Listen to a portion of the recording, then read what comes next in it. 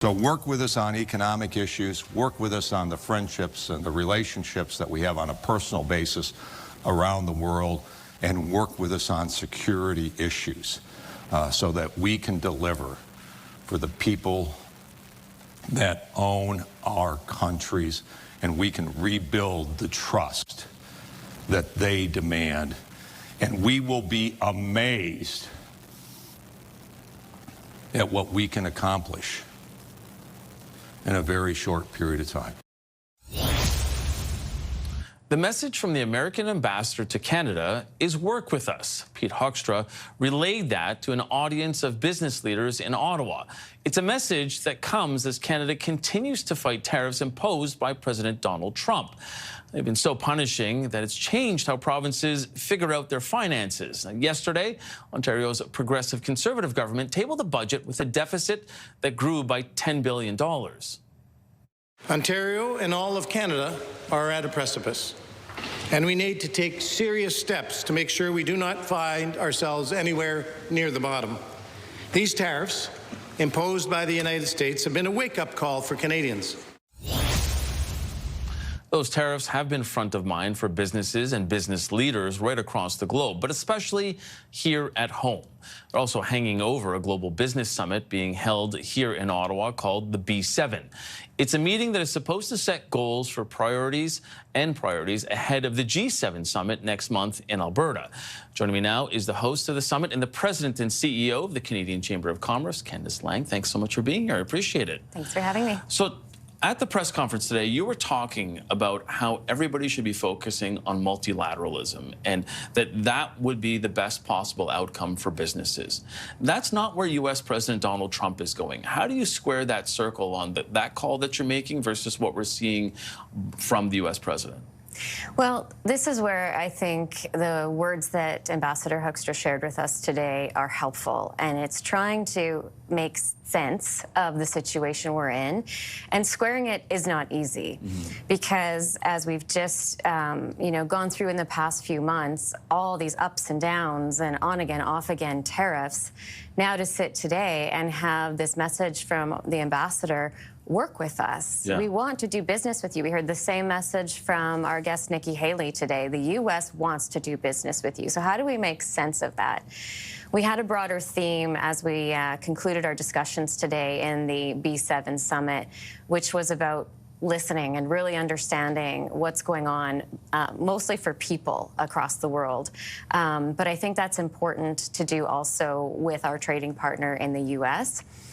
And there is one way to square this in that the appeal and the necessary, this is what we concluded from the B7 summit, urgency for unity in the G7. And if we take that step back and don't make the G7 discussions, we can't have tariffs. Everybody knows tariffs are damaging, and the B7 group, we were clear. We want a moratorium on tariffs, absolutely. But that doesn't mean that's in defense of any version of a status quo. And that we don't actually take very seriously engaging in the conversations that need to happen to address some of the irritants and challenges that we know make our current global economy and trading system less than perfect. But how do you keep a unified G7 and B7 when you consider, and I'll use this sort of horror flick analogy, that the call is coming from inside the House. The problem is with one of the members of the G7. How do you keep everybody on the same page, especially when you have somebody like Jerry Butts, the former principal secretary to Prime Minister Justin Trudeau, saying that this is not about working with others or saying, let's get creative, as Nikki Haley said, but he said it's actually more about survival right now. He did use the word survival. We talked about that today, but there's a regrouping, if you will, that's possible around our shared interests as the G7. And as it started, 50 years ago around crisis and the economics around that, we're really with that level of urgency in a similar space. And so when you look at our communique, which was the culminating piece of work that we've been at for months as a group of business leaders across the G7 countries and the EU. We have this strategic blueprint now to tackle not only a path forward for global trade, but key intersections that are shared interests across the G7 when we're looking at the future for AI and the digital transformation, and a future of energy that is tackling the trilemma or quadlemma of security, affordability, reliability, and sustainability. So all of that is in the context of there is geoeconomic confrontation now, because we haven't solved for some of what's not perfect in that global economic order. So that includes dispute resolutions, but it includes real threats when we have actors working globally with non-market practices that have unfair advantages. And so we have to have the courage to tackle those.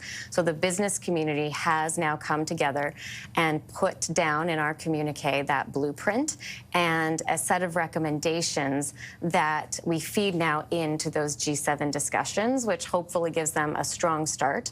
Because at the core of the G7 this year undoubtedly has to be this reordering of the global economy. Right. Trade is at the center of that.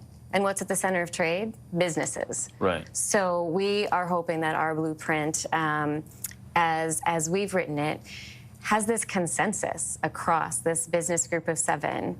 And that consensus can't be underappreciated. We've aligned on these key tricky areas, and then over the last 3 days had really in-depth discussions, and not all those discussions are easy, on how do you reconcile that the adaptation to dealing with some of the global pressures we haven't faced or tackled together, that the adaptation tends to be now protectionism. Right. And it's a call to action as we head into the G7 to reverse direction of travel on that and lean in together, which in a way, to come full circle to your point, to square what we're seeing in terms of what the U.S. administration is doing, a lot of that disruption is in a broader aim to reconcile some of those things we haven't solved for. It's that we all have a shared interest in globally. Agreed. And I guess to that end, though, and to sort of try and nail down a little bit more on that, the U.S. president has been known to listen to markets and to business leaders. What are the conversations, and maybe outside of this B7 and G7 conversation, what are the conversations that you're having with your with the people across the border and the business leaders within the Chamber of Commerce? What conversations are they having with their American partners, specifically with regards to the auto sector that is so greatly integrated, but also to try and communicate to the business leaders on the other side, hey, look, can you say something to your guy on your side? Because it is affecting us all here. We know the last time during those 232 tariffs on steel and aluminum, that was a lot of what the Canadian government did. They tried to leverage business on the other side. So what are you guys doing with the Canadian Chamber of Commerce to try and make sure you're getting that ask on the other side of the border? Absolutely, and you're right. In the first administration, it was easier to communicate the regressive impacts, and we had the same attempts on a similar strategy. In this time round, if I can say, the second administration, it is harder, I would say, to reach the inner circle and decision-making, because it's very tight and it's very loyal in the U.S. administration. However, that does not mean bringing the information and facts on how these impacts are hitting what is now long-established integrated competitive supply chains. That's what we've been focused on. And from the Canadian Chamber of Commerce, we bring business data from our business data lab to put that in the hands of both business and policy leaders. And look, political relationships are what they are, and the business relationships are much longer standing Right. and very well integrated. So what we But those have, are being shaken up like never before here. I mean, to say that he basically wants to eliminate the Canadian auto sector, that is something that he's never said before. we push very hard, and we had a mission in Washington just last month on supply chains. And normally we'd be, strategically looking ahead. How do we bolster these? Right. How do we make them even more competitive and beneficial? And this time the discussion was, I think we need to do better education on how our supply chains at this level of integration are serving both economies. So I was asked a question the other day, is it possible to unwind this and split it apart? And the auto sector is very interesting because that was a deliberate strategy in how we were going to actually do business together.